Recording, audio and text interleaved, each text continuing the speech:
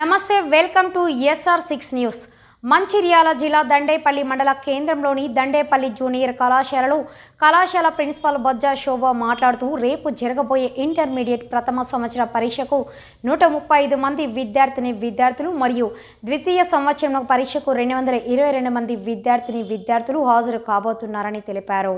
అలాగే Lingapur model school principal Ramagiri Ramesh మాట్లాడుతూ intermediate విద్యార్థులు రేపు జరగబోయే ఇంటర్మీడియట్ విద్యార్థులకు సగు సూచనలు ఇస్తూ విద్యార్థులు మంచి ఫలితాలు సాధించాలని కోరారు. దండేపల్లి మండల కేంద్రంలో జరగబోయే ఇంటర్మీడియట్ విద్యార్థులకు వేసవి కాలం కావున విద్యార్థిని తల్లిదండ్రులు సగు సూచనలు పాటిస్తూ వారికి అండగా నిలవాలని వారు కోరారు. ఈ కార్యక్రమంలో పానుగంటి నాగేష్, మాదాల వెంకటేశ్వరరావు, కామేరా శ్రీనివాస్, చంద్రగౌడ విద్యార్థులు పాల్గొన్నారు.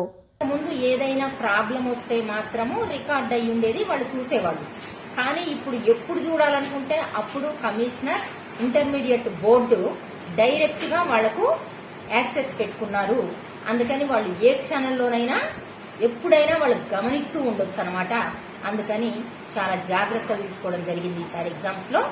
మరి హాల్ టికెట్స్ ఇష్యూస్ ఏమీ లేవు, పిల్లలకు అందరికీ హాల్ టికెట్స్ ఇవ్వడం కూడా జరిగింది. మోడల్ స్కూల్ ఆదర్శ పాఠశాల జూనియర్ కాలేజ్ లింగపూర్లో ఉన్నటువంటి ప్రిన్సిపల్గా మాట్లాడుతున్నాను.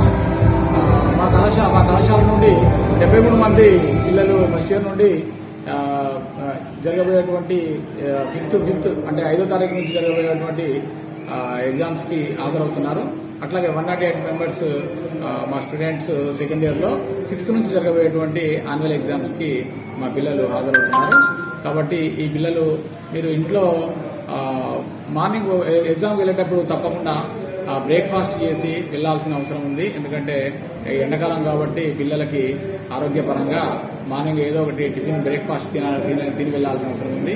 అంతేకాకుండా సరైన టైంలో